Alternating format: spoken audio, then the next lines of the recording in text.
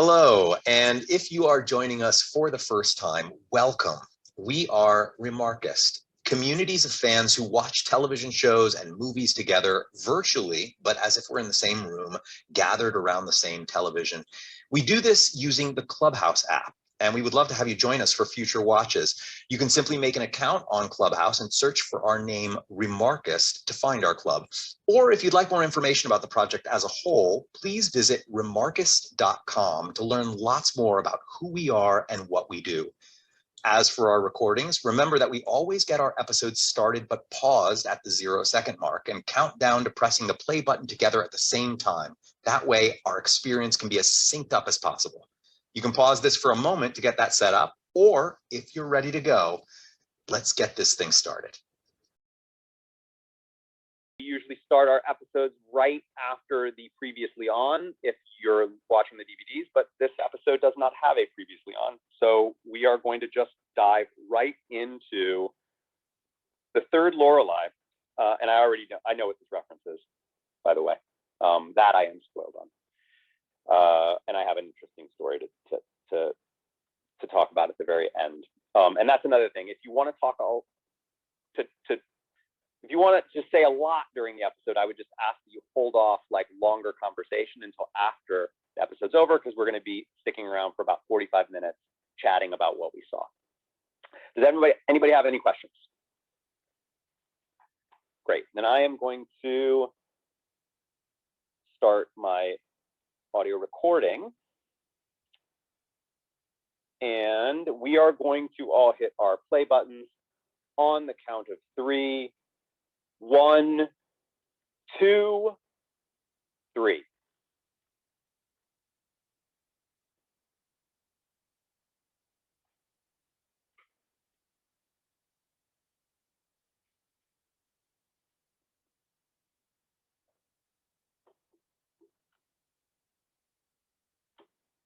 I always kind of get a little worried that like maybe I'm watching a past episode accidentally, because all of these that start at the Friday dinner kind of look the same.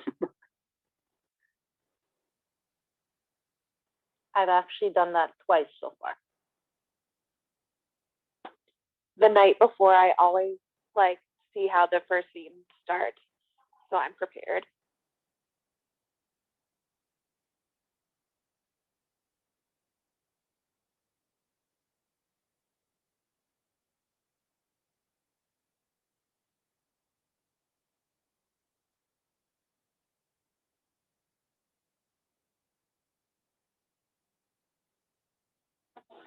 That might be my favorite maid's name, Siri.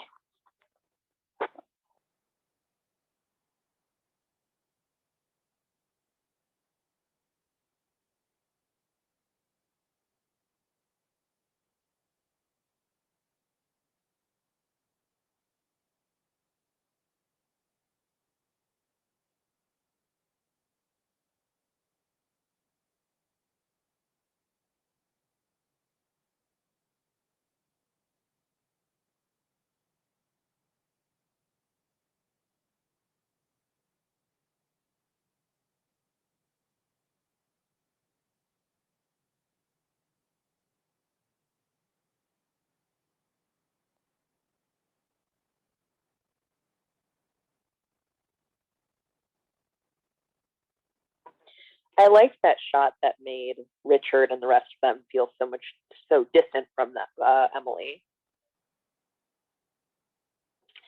I mean, I am spoiled about this general relationship between Emily and Lorelai the First. So sadly, some of that's not as big of a surprise, but I'm definitely eager to see it. So, John, this is the point where you have to test up to how much butt modeling you've done. Butt modeling? Zero. Zilch. Not a bit of it. I don't have a butt to model. But they make $10,000 a day. Yeah, I mean, I would love to make $10,000 a day. Unfortunately, I don't have a butt to do so with.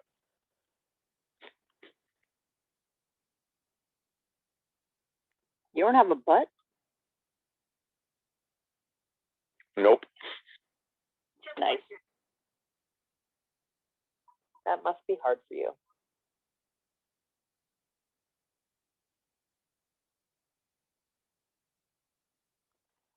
Emily's got an Emily.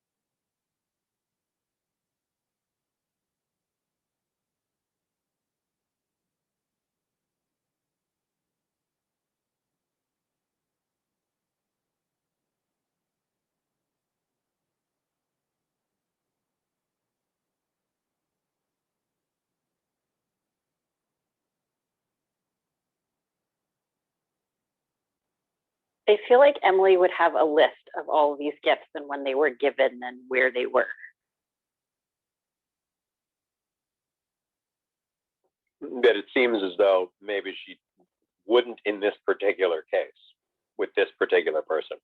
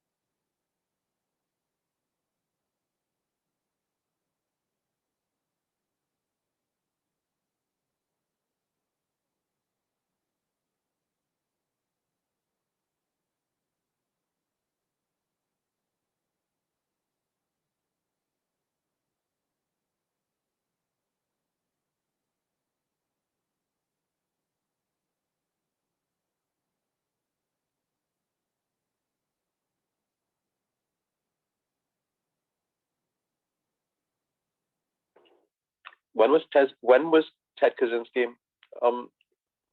arrested? After the show or before? I guess before, huh?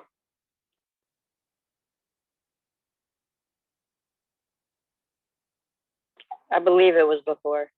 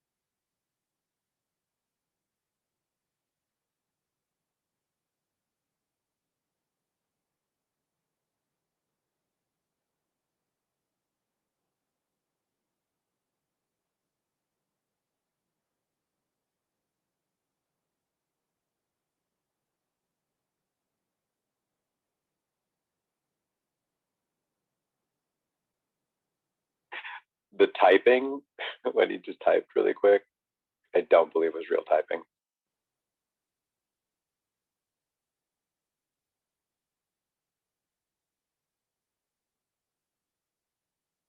That's one of my favorite things to watch in shows, typing.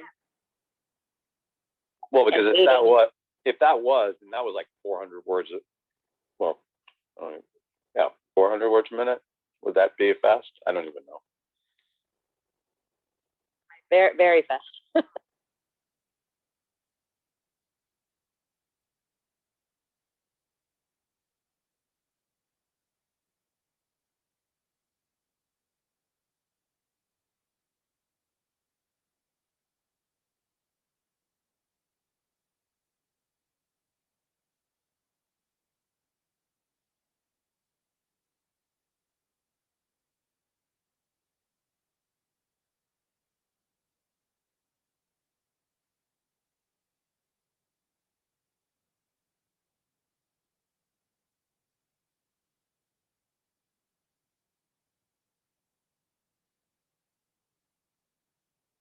As somebody who just loves the Emily character, this is a very fun episode. Agreed.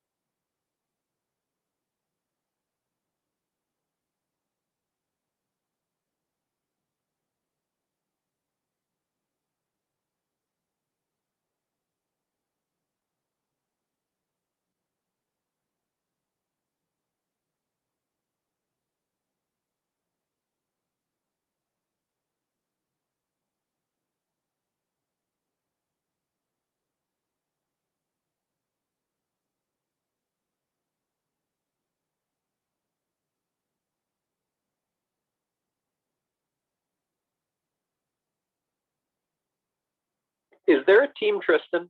Did I ask that question already? You asked and the answer was no. And it's still no. I don't think that because I think that there's room for a team Tristan in this world. I was just thinking about that this week.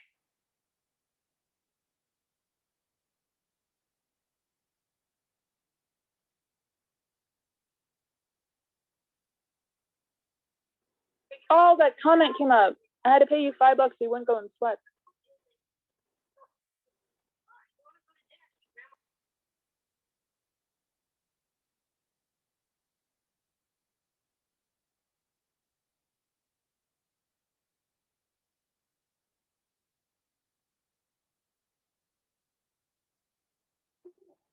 Their desk keeps switching sides in that hallway.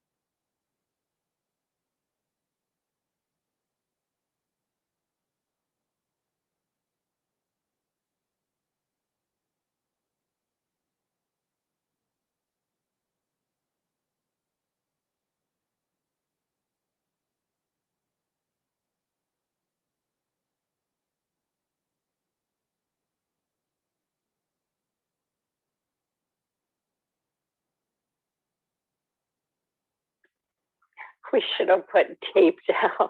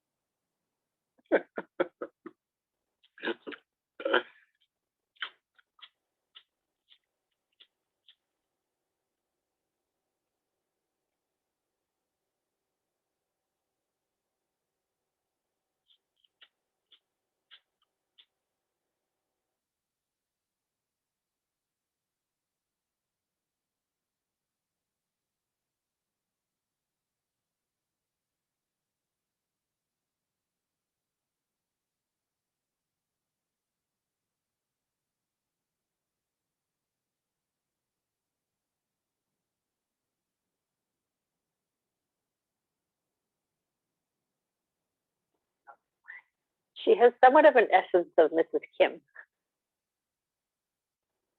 I love her. She knocks Emily down like 5 inches. I love it. I love the thought of her. I don't want to ever have to deal with her.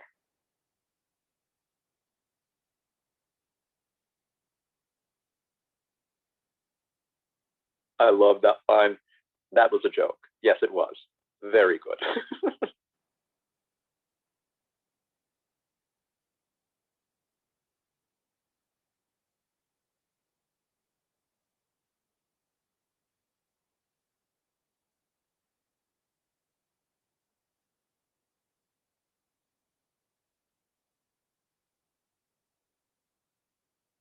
Oh my goodness. This is so good. Really is so good. Oh, on Instagram, they're saying there is a Rory and Tristan fanfic more than Rory and Dean.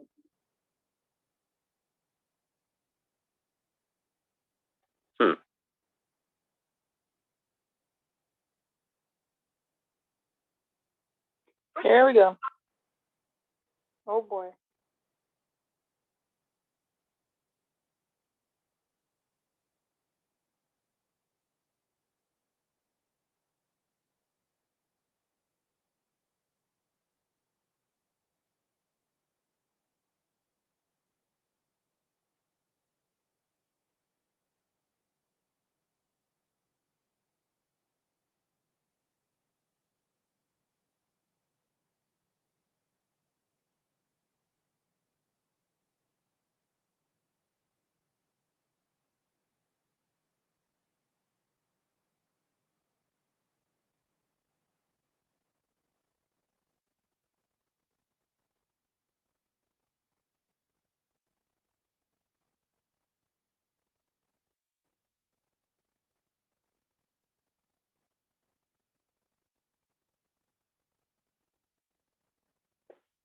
I love her. She's literally my spirit animal for this show.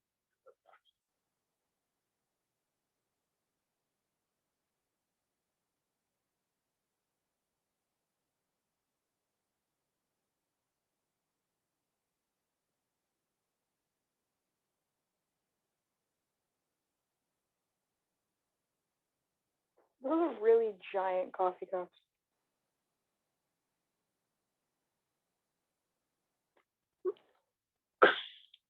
The fact that they're drinking coffee in high school is weird to me. Same here.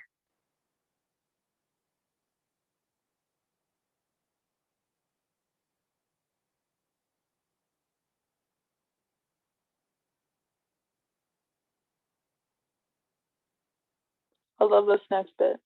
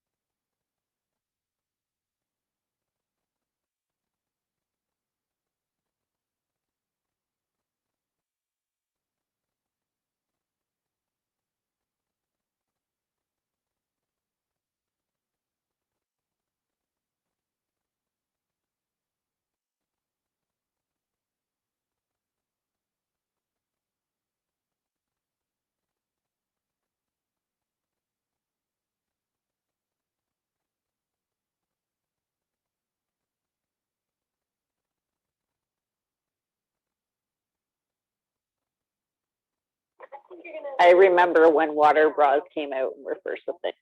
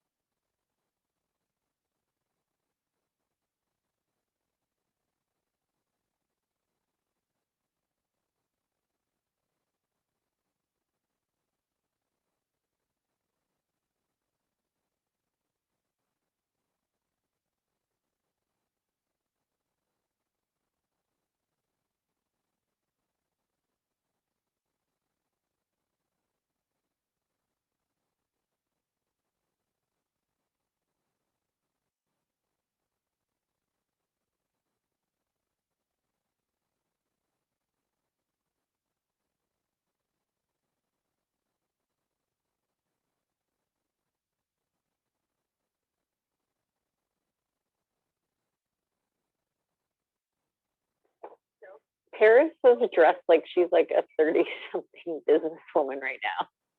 I was just thinking that with that top.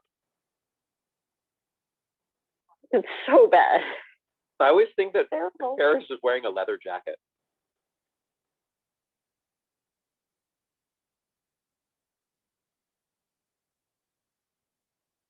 It is rather leather jacket-like.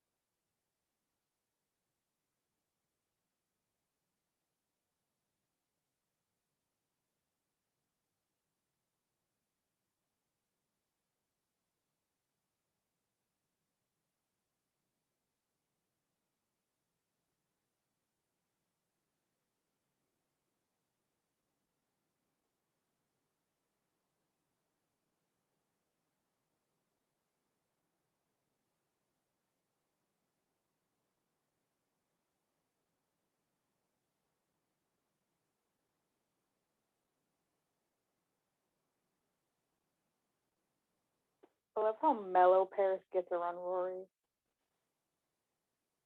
Yeah, the Paris character is really growing on me.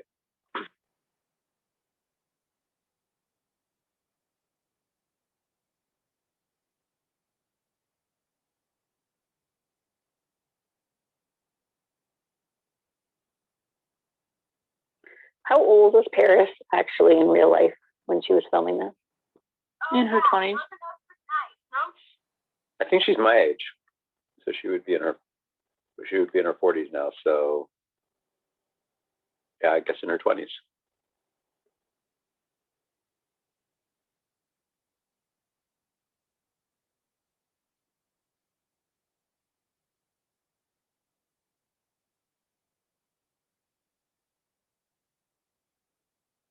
She was 22.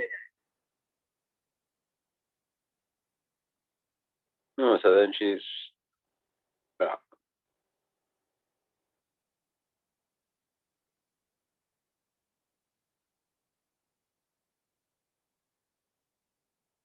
yeah, she's younger than me. Paris smiled.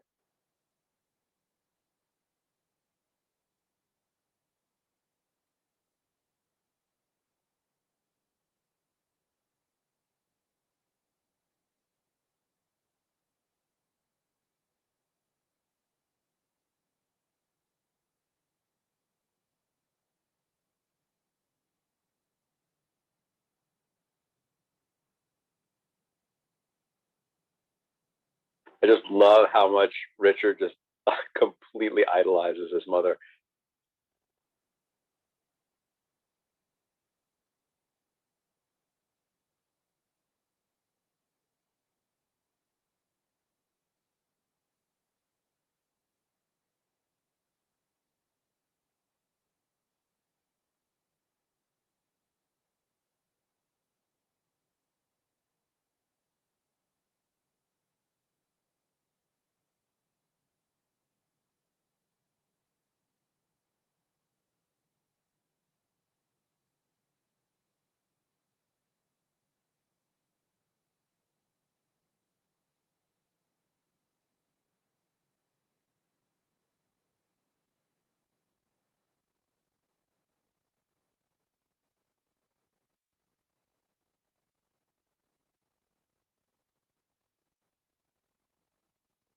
Why didn't Lorelai get a trust fund?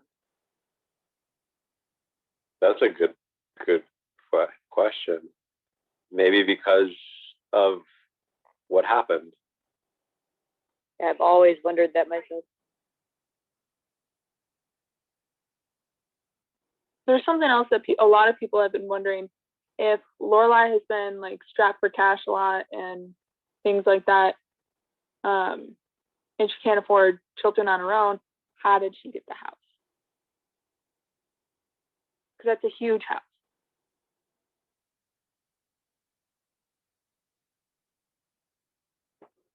TV magic.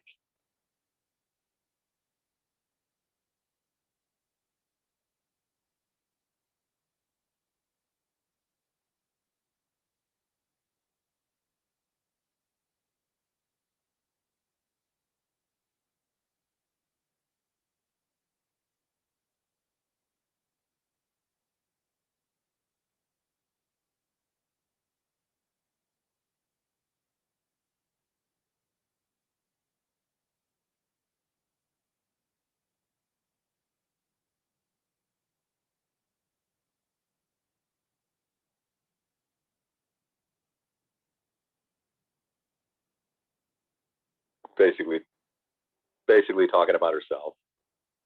Exactly.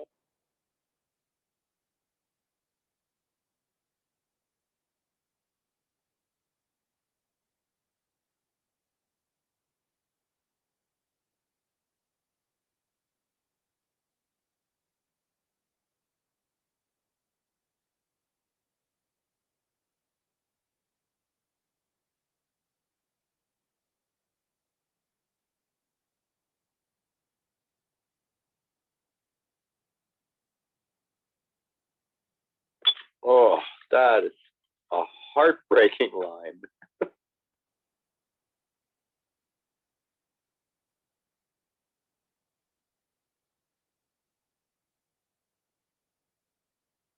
And I feel like that line just sums up all of Emily for me. And I think that's why I really love the character so much.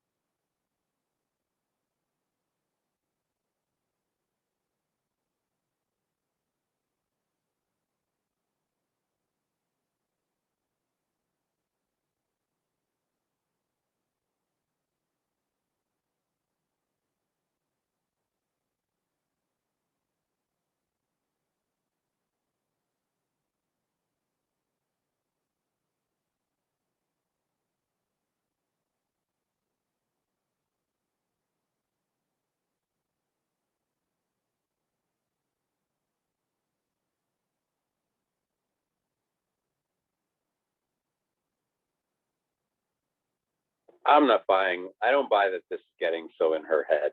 This seems weird to me that she's actually doubting that.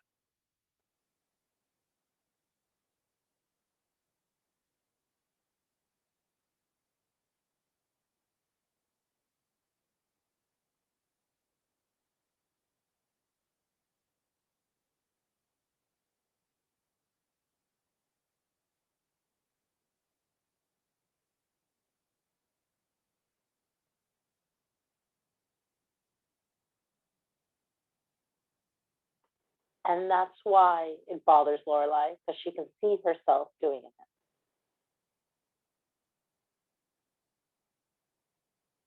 I guess. I just think she knows Rory a lot better, though.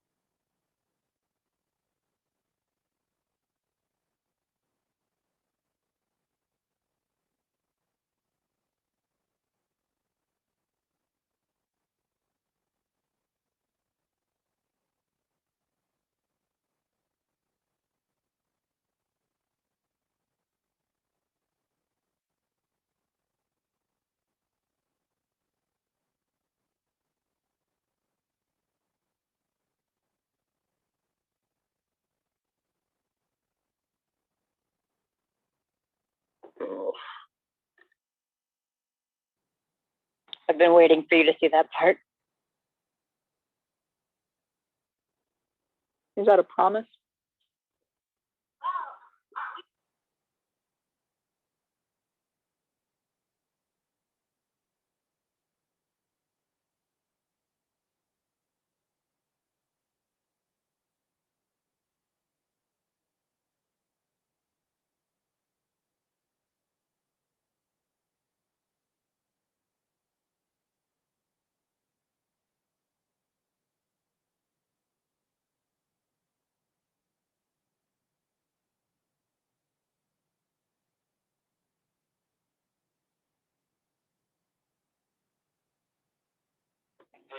Oh no. I want to tell you again that I had so much fun last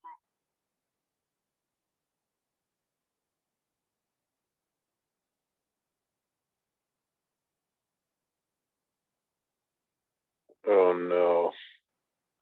Mhm.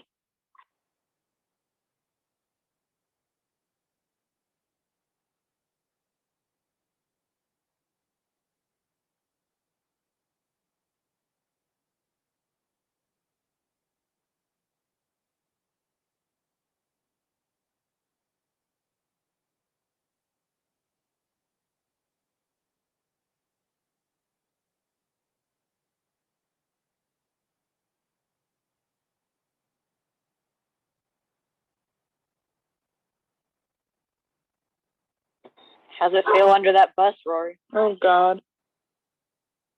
Oy, oy, oy.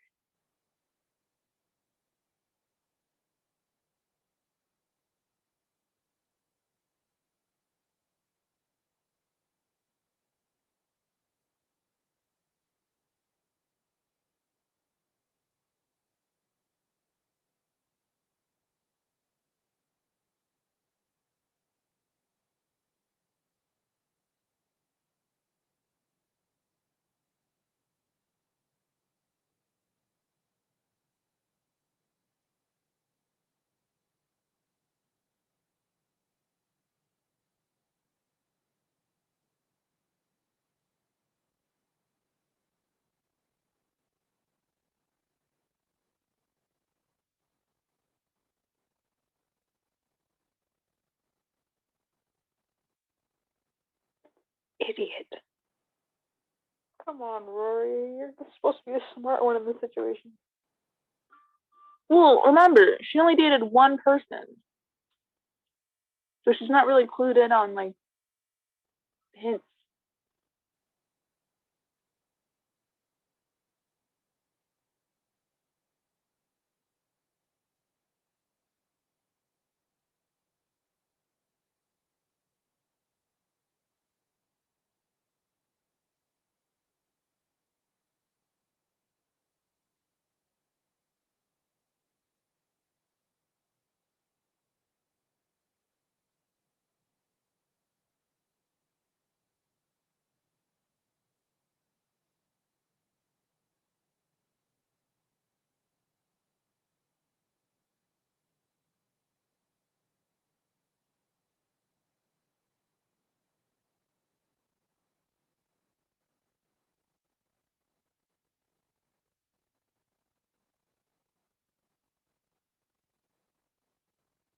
Emily looks so proud of herself.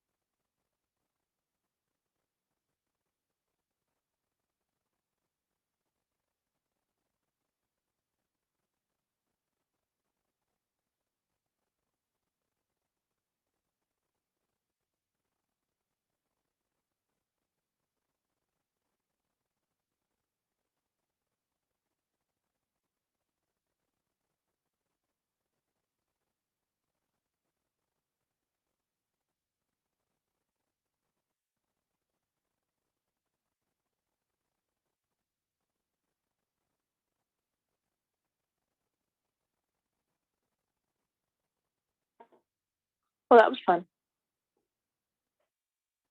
Oh, That was great. I love that ending there with Emily.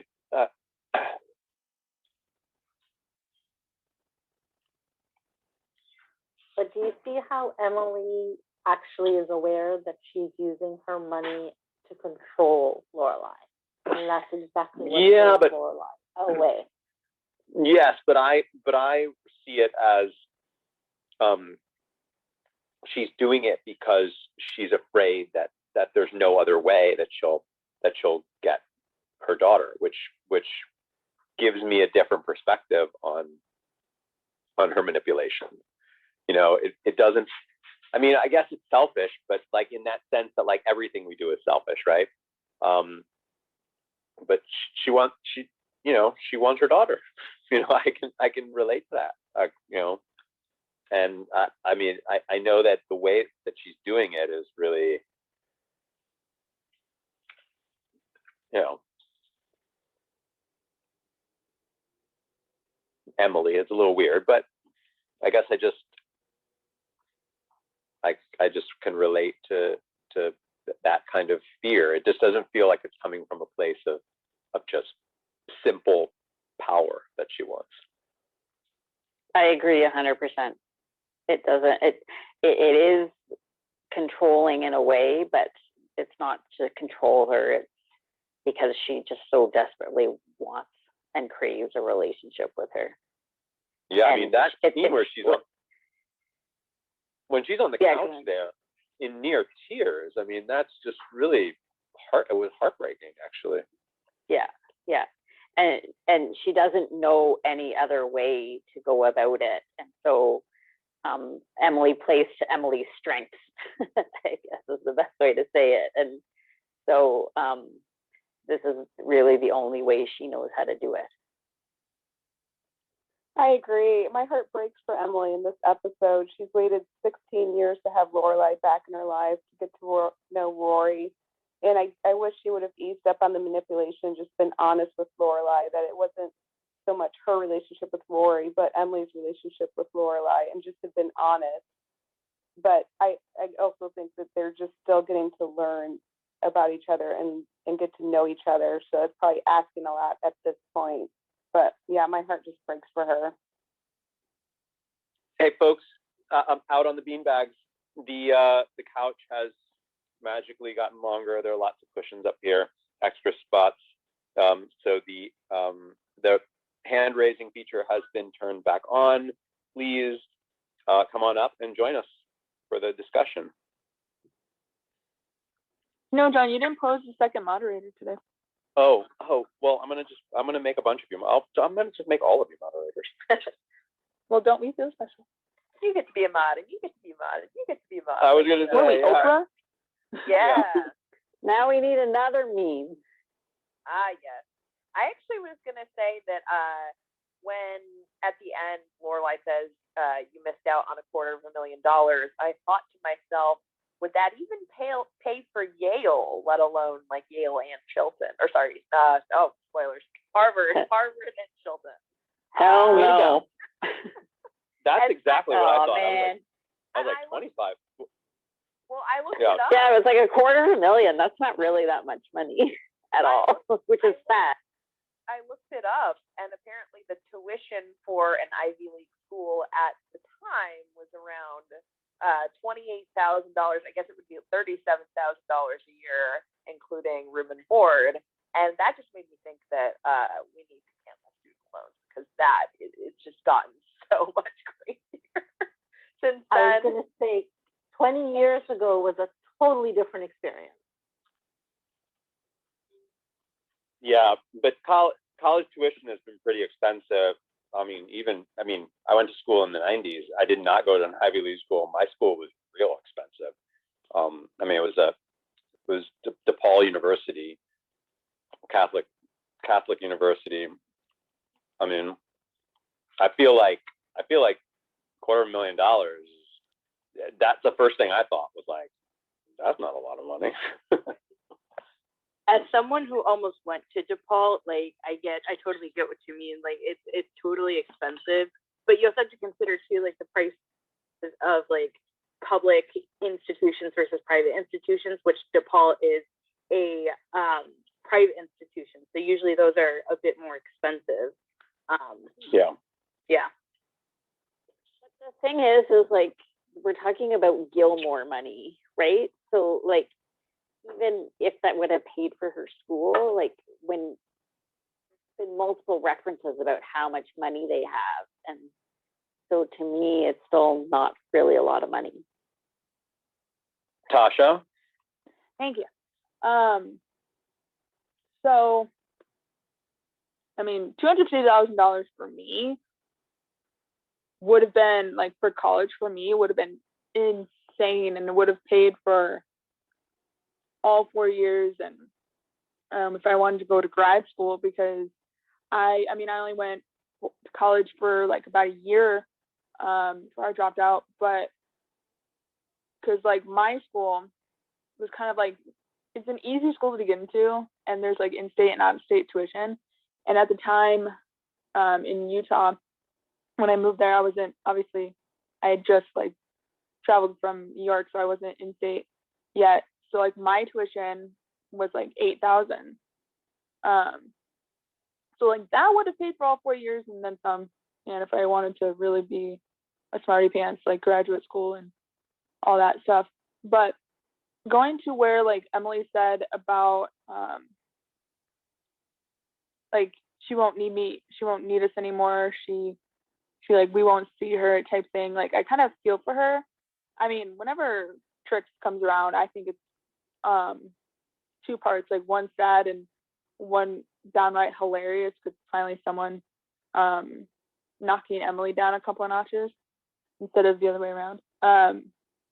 And how like, I don't know, it's like, it's kind of sad that like she thinks that like money is the only thing that Lorelai is there for, when you can quite see that in 18 episodes they've kind of gotten a bond, and we all know that like money is not the only reason why they're there anymore. Can I just say how great is Marion Ross? She's so fabulous with that character. Who? I love her. Mrs. Cunningham. She is so good. So I was like, the moment she came on screen, I was just thinking, Monday, happy Wait. day. Cunningham. What? She's Happy Days. the mother from Happy Days. Those of us who are over 40 used to watch Oh. Happy Days. Well, like I know what Happy Days is. I just didn't know what she was. Aging ourselves a little bit. She was Hey, I know Mrs. Happy Cunningham. Days. She was the mother on that show, but I love her on Gilmore Girls. She's so fantastic as that character. That is very She's fitting. nothing like her role on Happy Days. I mean, like No. it's like a completely she's barely recognizable. I mean, of course she's older, but like just like the character's barely recognizable, you know, from what she played on Happy Days. I have an sweet interesting little motherly tidbit. on Happy Days. Yeah, I have just an interesting tidbit. So I am no longer, but I used to be a member of the Television Academy, the Emmys, the ones who vote on the Emmys. I was a member for many years, and then I let my membership lapse, and I am no longer a member. But you have to, in order to become a member in there, you actually have to be endorsed by another member. Like that's the way it works. You have to get like a signature from another member, and I got mine from Marion Ross. Oh, that's so cool. Yeah. From Gilmore Girls? Like you met her on Gilmore Girls? Yeah. She was like walking out the door, like, you know, from a table read, and I was like coming in, and I was like, hey, could you endorse me? Why did you choose her? She was like, yeah, sure, certainly. Why did you choose her specifically? Because I think that I knew she was a member, and Oh, wow. and there weren't any other. I mean, it's like, you actually have to find Opportunity. somebody who's an actual member, and she was like a veteran of television, so I knew she was a member. No, that's cool. Yeah, and she was there at, she was there at Gilmore Girls, and I kind of feel like perhaps the word had gotten around, like you should ask Marianne Ross, she'll endorse you, or something around along those lines. So I saw her kind of bustling out, coming through from, the place where we would always do our table reads, and I don't know, maybe I was there at the table read, and I came out maybe first and was waiting for her, and then she, came out after me and was walking by, and then I kind of caught her. Hey, wondering if you would, yeah. And so I was a member of the Academy of the Academy of Television Arts and Sciences for, oh gosh, I guess like at least 15 years. So that afforded me like basically a deluge of DVDs and VHS tapes over the years that ended up being just showing me how wasteful the awards industry is. No laser disc? Just kidding. What's up? No laser disc. I said no laser discs, and I said no just kidding. Oh my gosh, I would have loved if they sent a laser disc.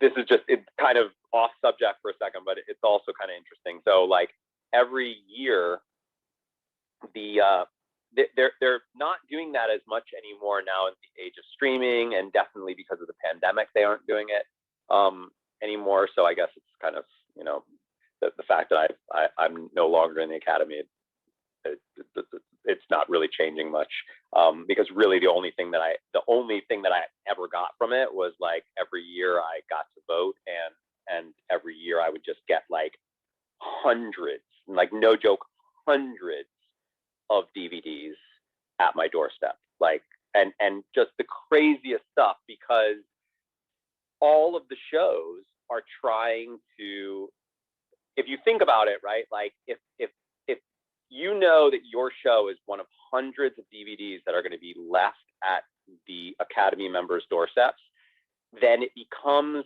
a competition of who can get that member's attention better.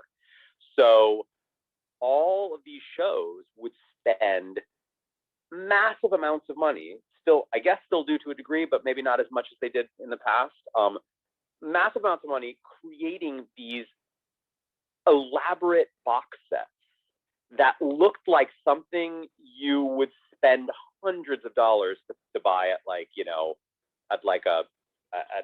at a bookstore or whatnot, right?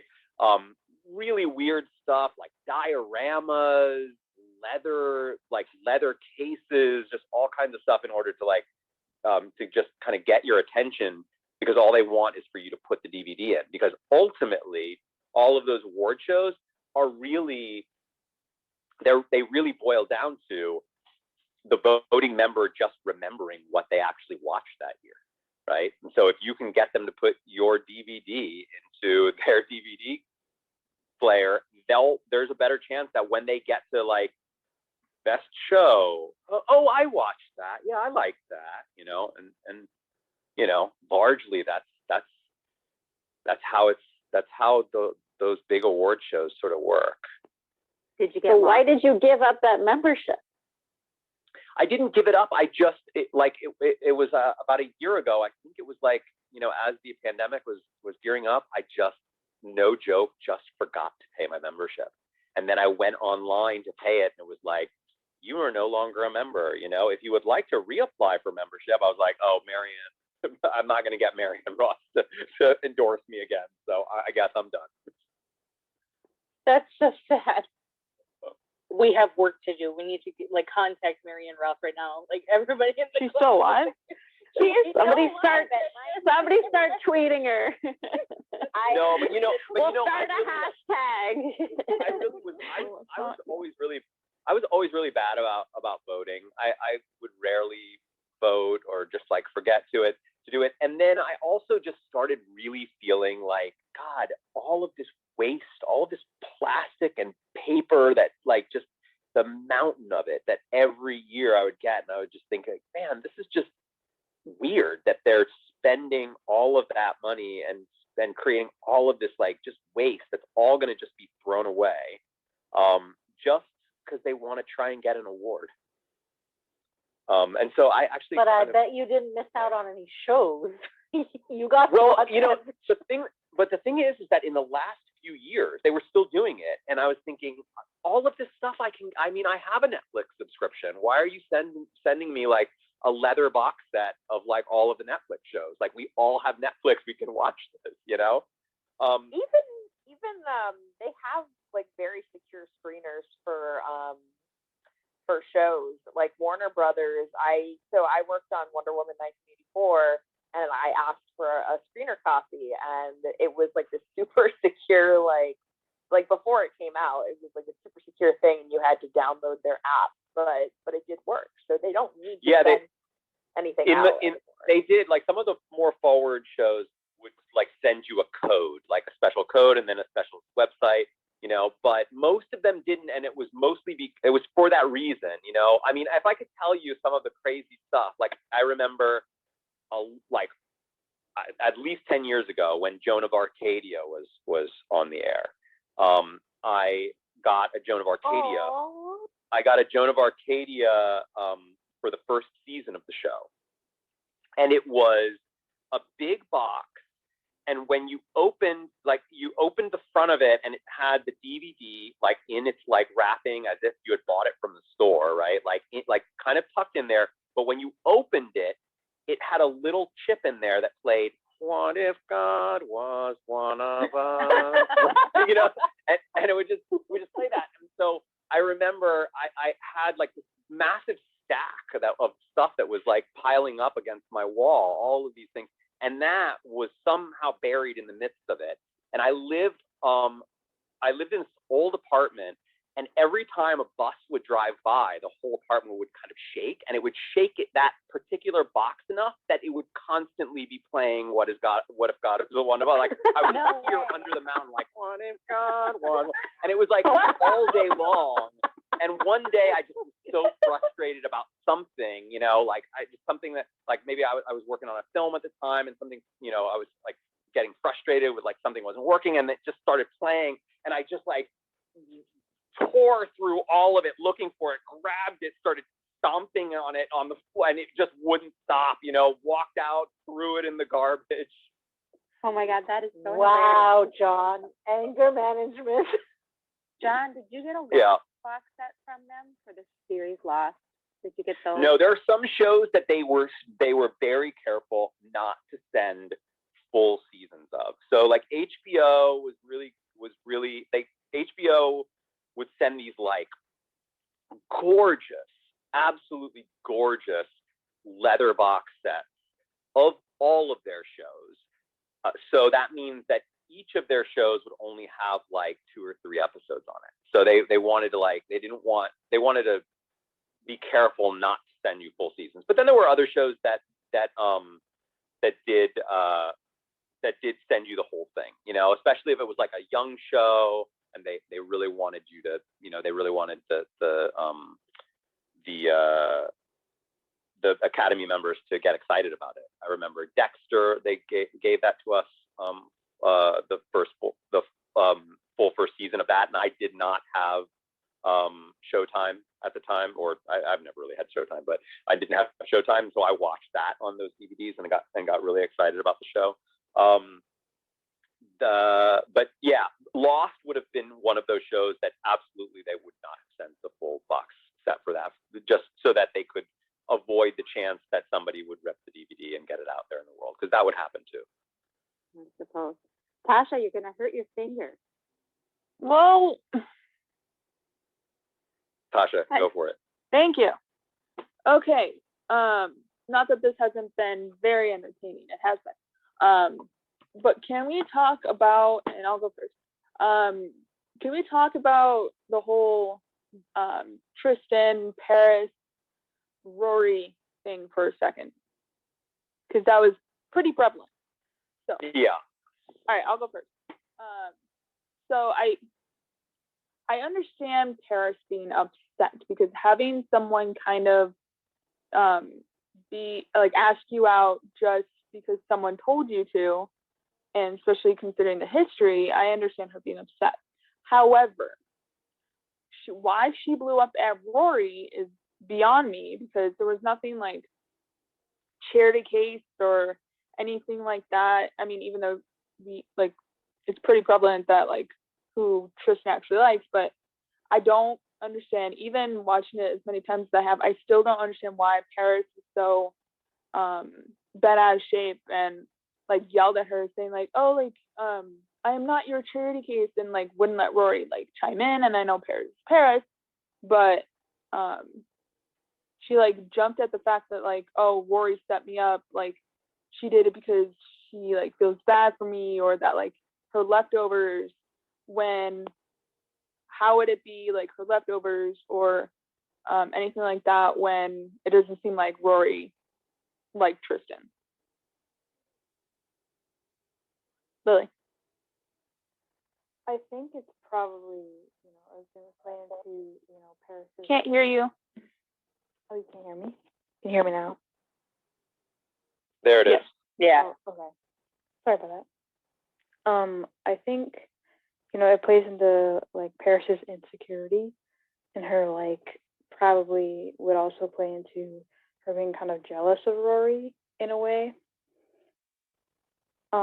So like Rory in her mind went to Tristan and was like, ask her out, and so Paris is like now feeling really insecure because she wasn't chosen just by Tristan's like free will in her mind, and so she's just angry at Tristan, angry at Rory, because she feels like everybody sort of didn't think that she was like good enough to just pick without having anyone have to be told to.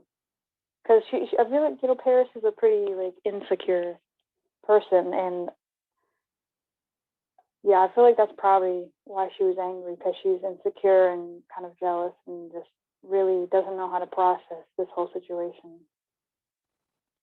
I think that she also realizes that Tristan likes Rory.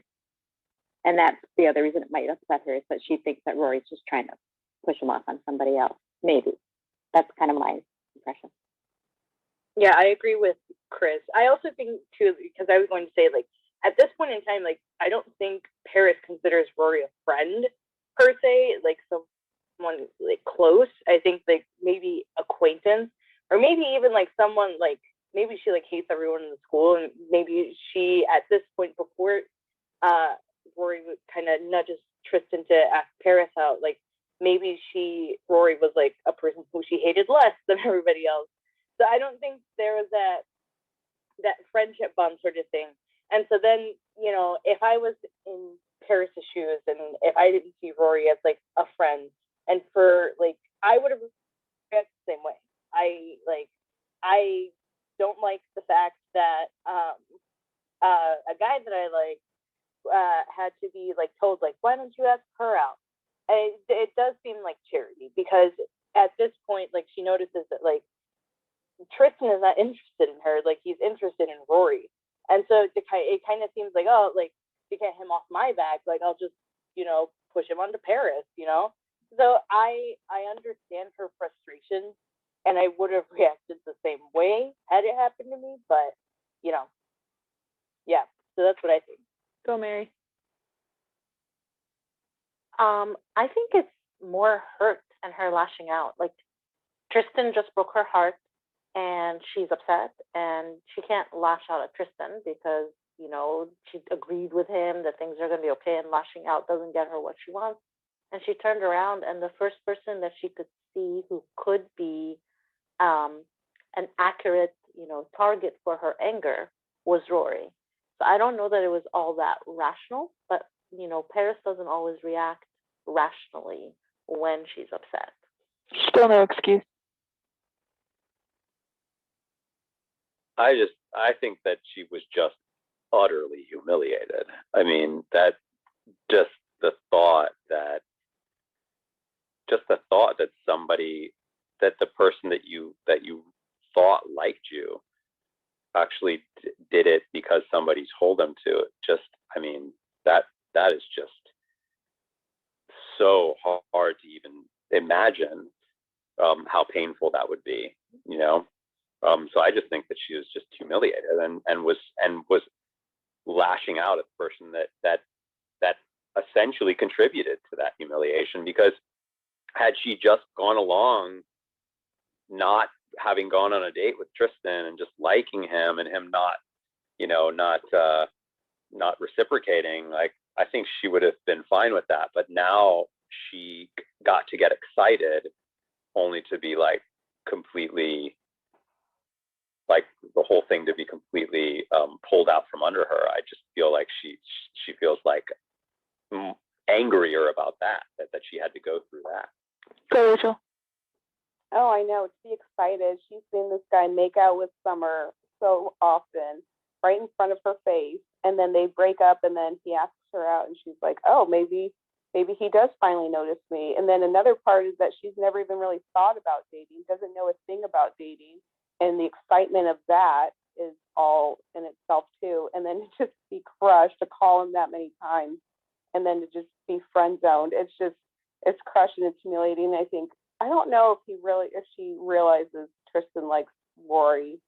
I don't really see that yet. I think that kind of more of what Mary said, she turned around and really couldn't unleash herself on Tristan, so just went to Rory and unleashed herself there. Go. Tasha, I think your sound is too strong. Well, I'm using headphones. Lily, you were flashing your mic, right? That's what I was saying. Sorry. You're good. I think another thing would be, you know, Paris, you know, she has Madeline and Louise, but they're not really, she doesn't have like a trust with them. Whether or not Paris and Rory are friends isn't super clear, because they have kind of a weird relationship, but I definitely think that Paris holds like quite a bit of trust in Rory, and in the situation she felt like that trust was like totally just obliterated. Like she felt like she couldn't trust this person who, you know, she doesn't trust easily, and so having someone she trusts feeling like they betrayed her is like, I feel like another reason why she really went off on Rory, because she doesn't feel like she can trust her anymore.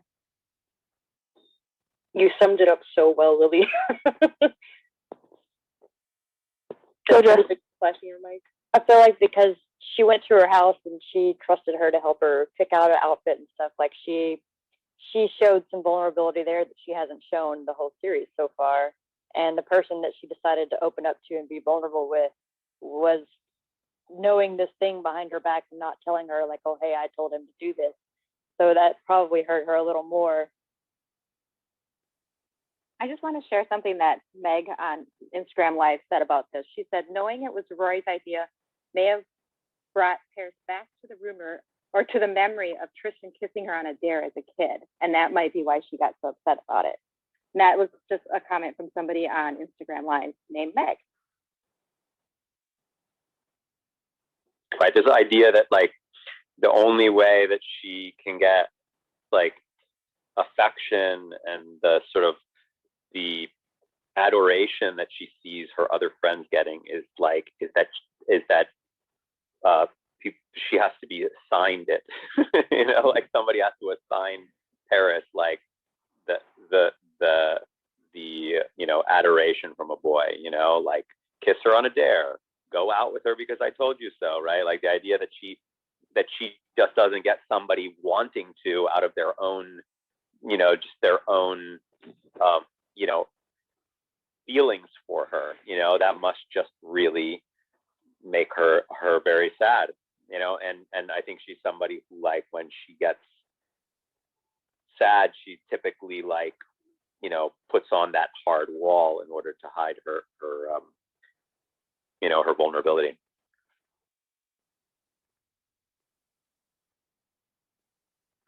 Okay, I'm gonna take a look. So I think like oh crap, what was I gonna say? Can you maybe move your mic just a little bit further away? Okay, hold on. Sorry. I put on headphones because my roommate was playing loud music. Okay. That sounds a lot better. Well, yeah, because I turned my headphones off. So what was I gonna say?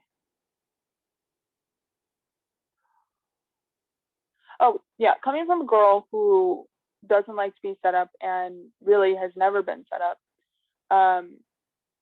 I wouldn't like the idea of someone setting me up, but at the same time, people get set up on dates all the time, regardless of like how it happens. Because I've had guy friends who I've set up on dates with my friends and things like that, where it's like, oh, like my friend asked me like, oh, who's single, or a friend of mine came to my birthday party and he was like, should I ask so and so out? And I was like, yeah, you should, type thing. So I don't think it's like that big of a deal that someone set someone up on a date. I mean, Tristan's executions on many things have never been good, and this just goes to show he should have not have said like Rory told me to, because that was a little stupid move on his part. But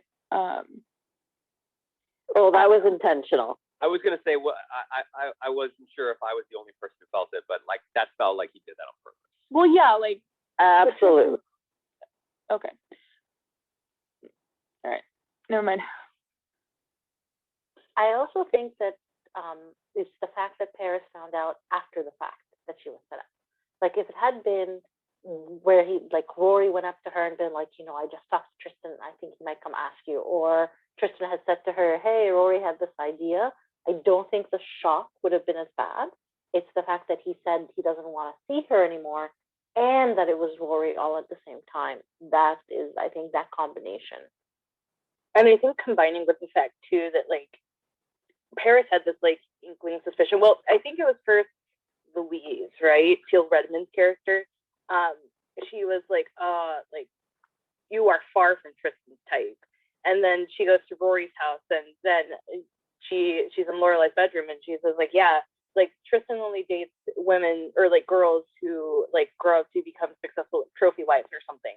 So to have that like inkling of suspicion, and then a callback to the Bengals concert episode, where she kind of realized that like she knew that Tristan was flirting with her to get to Rory, but he was still flirting with her nonetheless.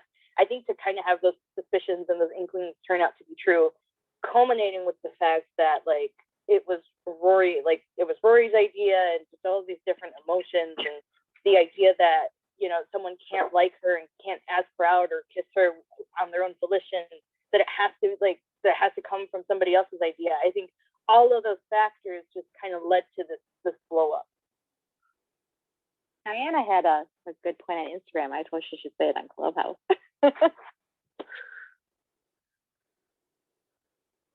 Sorry, this is my first time. I've never been on Clubhouse before, so it's very exciting. Welcome. Hi. Welcome. Welcome, Dan. I watched this show, I think, 20 times all the way through, and I watched it in real time too, so I'm very old. No spoilers though, Diane. No, I won't. Okay. I won't. But I think up until this point, like, the thing that always struck me about this scene is that Paris has had everything taken away from her by Rory. So, like, she was, top of the class, and she, the first episode, the second episode, she's going through, like, her, her records, and she wants to know where she stands academically, and, like, is worried about the Franklin, and, like, she knows that this is the girl who's going to take everything from her. And then she kind of does, without knowing it. So I think she just blows up at Rory because it's like, Tristan's the last straw. Like that was hers,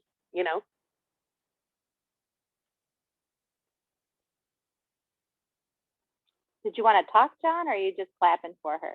Oh, no, I was, well, I'm clapping because I was good. I definitely agree with that. I wanted to sort of build off of what Mary said, which I agree with. I think that the fact that she wasn't she wasn't a part, like that she didn't have any say in all of that, or that she learned about it after the fact. Is a big part of it, because I think that had she known something about it going forward, like if she had been told beforehand, he really likes you, he wants to go out, at the very least, I think Paris would have been prepared on the date and would have probably been a little more guarded with her emotions. I think what's really, really frustrating for Paris is that she feels like she let her guard down, that she was vulnerable, and that had she known, she wouldn't have put herself in that position, But because she didn't know, she ended up looking the fool. Yeah. Hey, Lily, you've been wanting to speak or just clapping? Oh yeah, I had something to say. Just sort of building off like what pretty much what everyone is saying. I think Paris, one is frustrated and feeling like this incredible loss of trust, but I feel like another thing, which I sort of ties into something Emily also said. Paris, I feel like she's feeling like incredibly unwanted because she feels like Rory's just passed her off to Tristan, and now Tristan doesn't want her, and so she's not only feeling unwanted by Tristan, she's feeling unwanted by Rory, and so she feels like, well, what do I do now? I thought I could trust you. I thought that I was okay to be vulnerable with you, and now I'm here feeling humiliated and unwanted. And so she's just extremely frustrated with everybody right now. And probably herself too, for thinking that she could just be vulnerable and trusting to these people. Yeah, very lonely. Very, very lonely. I mentioned earlier that I really resonated with like Paris's reaction, because if that were to happen to me, like I probably would have reacted the same way. I was thinking about it, and I think like the withholding of the truth aspect, the things Mary like pointed out earlier, I think that's would have really bothered me, because had Rory like told her like, hey, like, what do you think about like going out on a date with Tristan, or maybe had she planted the seeds in like Tristan's head about the idea, and then like tell Paris like, hey, this might be going on, like things would have probably turned out differently. But again, it's because of that like withholding of the information that kind of led her to believe like, I'm not a charity case, like I don't need your pity, like I do not need any of your help at all. And I think that's what would have bothered me, is like having that feeling of being not only like lied to, but like also like betrayed, and just all those feelings that Paris had in that whirlwind of emotions when she just yelled at her. She definitely wouldn't have left all of those phone messages, that's for sure. If she had known going in that this was sort of planned and whatnot, like I can't imagine her having left all of those phone messages. Sorry, Tiffany, you wanted to say something? No, that's okay. I was going to say the same thing about the pity part, that where she's always kind of like in this battle with Rory to be like, who's number one, who's number two. I think the fact that she felt like Rory got her like this pity date, and so she's like kind of looking down on her, and also that Tristan gave her like this pity, the pity chance to try. I think that probably bothered her too. And then I think too, she thought that she was making real headway, like to become close friends with Rory. And so she figured, as a friend, she would have told her, that I've set you up with this date. And I think so she probably kind of felt quite like a double pang there. Yeah, I think so. Because she went over to Rory's house, where I had plenty of opportunity to say that maybe she had suggested it or whatever. I get what you're saying, because Paris is much more emotional than she wants everybody to think she is, for sure. Sensitive maybe is the better word. I have a question. Oh, sorry. I was going to say, also, where were her friends when it came to that, leaving those 5 messages? Like, I would think that her friends, I can't think of their names right now, I'm so tired, the 2 girls. Madeline. Louise and Madeline. Yeah, Louise and Madeline. And Louise. I think they would be the ones to tell her, you've called him twice, now stop. Like, I feel like Madeline wouldn't. I feel like Madeline, I don't know, the vibes I'm getting from her is that she actually might find that funny. Do you mean Louise, the blonde, or do you mean Madeline, the brunette? Oh, sorry, Louise the blonde. Louise the blonde. Yeah. Yeah, Madeline. she didn't really involve her friends too. Yeah, I don't really see them as like friends. I Or see them when as she just, was making those calls. yeah. I have a question, just sort of posed to the group about Tristan. Like, why did he do it? like I'm still trying to understand exactly what his rationale was in even asking out Paris. Like, he's not into her. He's into Rory, clearly. Was he doing it for Rory? That just doesn't seem to make any sense to me. I that's the part I'm having a hard time even kind of grasping, is just why Tristan even did it. I think he was trying to see if Rory would be jealous or not, to see if she had any feelings for him too, or if she would be okay with it and happy that they went. That's what I was thinking too. I think he wanted to be like, okay, I like this girl. She's telling me to date Paris. She's not even interested with me. She knows I'm broken up. I know she's broken up. And so I wonder if, maybe I'll get her attention this way. That's good. I didn't think about that. Yeah. That's definitely got to be what it is. I actually think it may have been a distraction for him. That he knew it wasn't going to be serious with Paris, but maybe he could keep himself busy for a little while and see what happens with Rory later. Busy in what way? Like, keep himself busy. He's got to go on a few dates, have a girl, and that's the one that Rory's suggesting, so might as well. Because he was saying he was going to swear off girls. So then Rory said to him, well, why don't you try a different type of girl? Maybe he was trying to prove he could date a different type of girl. Yeah, so it's something to keep him busy. It's a date. He doesn't have to swear off the girls. And at the same time, I think he was aware, because when he goes to me, he goes, me and Paris? I think he was aware it wasn't going to work. He was aware he didn't have those feelings, but hey, it's something better than not having any girls when he said he was going to swear them off. Go on, Lily. Oh, I think someone actually mentioned it, but basically, I think, Tristan was probably, one, trying to distract himself from his feelings for Rory, and also trying to be like, well, Rory said it, I'm trying to get in her good graces, so I'm going to do this. But also that, he wanted to prove to her that he could go on a date with someone who isn't like a Summer kind of girl, who has dimension and, actually a sort of proper personality and is smart. And so I don't know. I think, he just wanted to prove to himself and to her that he could do it. And unfortunately, it didn't actually work the way he thought it was going to. But I don't know. Like, do you mean that he was trying to tell Rory, I could date somebody like you? Meaning, I could date somebody complicated, I could date somebody complex and intellectual and whatnot, which is what you are, and I'll prove it to you. I'm going to go out with Paris. But I mean, that doesn't seem like a pretty good.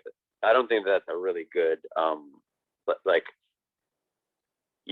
That doesn't prove anything more than those type of girls are more friend material. I would, if I was Tristan, I would be afraid that what I would be communicating to Rory is that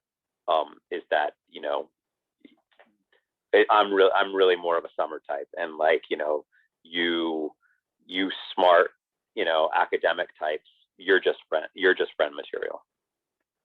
When she's describing to him the kind of person that she thinks that he should date that's not a Summer type, she basically starts describing herself. And then when she says Paris, he seems thrown off, because it sounds like she's trying to tell him that she thinks he should date somebody like her. And then she throws Paris's name out there, and he's like, oh, wait, me and Paris? So I think he's trying to prove to her, or just for one, yes, to see if she's jealous of it, and two, to prove to her that, yeah, he can date somebody like her. I agree. I think if at that point Rory would have been like, date me, he would have definitely taken her out that night. I don't think he would have waited. I don't think he needs Rory to say date me. I think he already knows he wants to date Rory. Yeah, but she cried when they kissed, so maybe he is like a little hesitant. I wonder if he will date Rory. That's for future episodes. John, what would you do if a girl cried when you kissed her? Cried when I kissed her? Yeah, she started crying right after you kissed her and you didn't know why she was crying. What would you do? What would you say? Tristan thought it was because of him a little bit, maybe. But then she told him it wasn't. And he's like, yeah, but you cried. You know, all that stuff. Oh, gosh. I mean, I don't know. I can't answer that question because it's the context. I think that it wasn't so much the tears, that it was more like the context of all of it. He knew that she had just broken up with her boyfriend, you know, like, so, you know, why somebody might start crying after you kiss them is probably the more important question, or at least that's the more important information to know before you can really truly answer a question like that. You know, I mean, my instinct would be to you know, ask what's wrong. you know that she did run away, but yeah, I mean, she ran away, so you didn't really have a chance to ask that. But I mean, I don't think he's not a dumb character. He seems like a smart guy. He knows she just broke up with her boyfriend. You know, if I was in his shoes and that was and I kissed her and she started crying and ran away, like, that's the only thing I would be thinking is that she's completely, you know, still missing her boyfriend and completely confused by all of this. You know, that's I can't imagine not thinking anything other than that, you know. So when he says like that because of me, I don't know if I completely bought that. You know? But would you have kissed her right after you knew she broke up with her boyfriend of 3 months? I mean, would you really gone for it? That's the one thing I thought was, I mean, I get why it's for the storyline purposes and all that, and Tristan likes her and all that, but I mean, it just seemed kind of. Well, I mean, you know, he doesn't at that point, he doesn't really completely know how she feels about the breakup. She's not being forthright at that point about her feelings. You know, she's still kind of putting up that wall, whatnot. For all he knows, he might be thinking like, you know, maybe she's breaking up with him because she now wants to, you know, date other people, or they both want to date other people, and maybe she wants to explore. I mean, like, you know, in that moment, I could imagine thinking, well, maybe I'm the right one for her. Maybe we, you know, I mean, it doesn't seem out of the realm of possibility that you would, you know, meet somebody shortly after they've broken up with somebody else and feel like maybe the chemistry that you have with them is better than the person that they just broke up with, and because of that, you would want to try to see if you had a chance, especially if you like them. I suppose. Lily, you wanted to say something? Sorry, I saw you flashing. Yeah, I was just, you know, branching off of that scene between Tristan and her to this episode when they're at the bench. Something that was like really weird and uncomfortable was Rory like apologizing for crying to him. I thought that was just like really uncomfortable and weird, because she shouldn't like feel like she has to apologize. Like, you know, it's not really something to apologize for. Hey everybody, I just want to let you know we're at 8:45, so a little over, but I don't want to keep the conversation. I want you guys to feel free to continue the conversation. I'm going to jump off now, but I always leave these rooms open. The last moderator is the one who closes the room. If you have more to talk about, and of course, if you want to start talking about things that are to come, this is the opportunity to do so, because you're losing at least one person who doesn't know what's happening. This was a lot of fun. You know, I mean, I thought it was a really cool episode. I don't know if I'd put it like super high up on my list. I loved the stuff with Emily. Obviously, I think that this Trix character is a blast. But I'm eager for some more town, to be honest. I'm kind of itching for like my town episode, you know, like something which is like lots of people doing lots of things. I'm hoping that we've got at least one more of those this season. You're so good at predicting what's coming. I think Yeah, you're going okay. like next episode. By the way, Good. All right. Ted Kaczynski's Well, arrest was 1996. What's up? The Ted Kaczynski's arrest was 1996. 96. Okay, there we go. Yeah. So He that's- hails from hometown, so that's like our famous like celebrity. Oh, geez. Yikes. So I saw him referenced. I'm like, hey, look at us. Look how far we've come. Oh my god. Well, thanks, All right. John. Yeah, thank you, everybody. I'll be back here tomorrow at 7. As always, let people know about this if you think that they'd be into it, and I will be sharing the app and the social media pages tomorrow. If you have any thoughts on that, please send me a direct message on Twitter, on Facebook, on Instagram, whatever. And if it's something that I can squeeze in before tomorrow, I will. Or if it's not something that I can squeeze in tomorrow, but it's just a really great idea that you think I should consider, I will add it to my list. All right. Bye, everybody. Thank you so much. Bye, John. Bye, John. Bye. Bye. Talk to you tomorrow.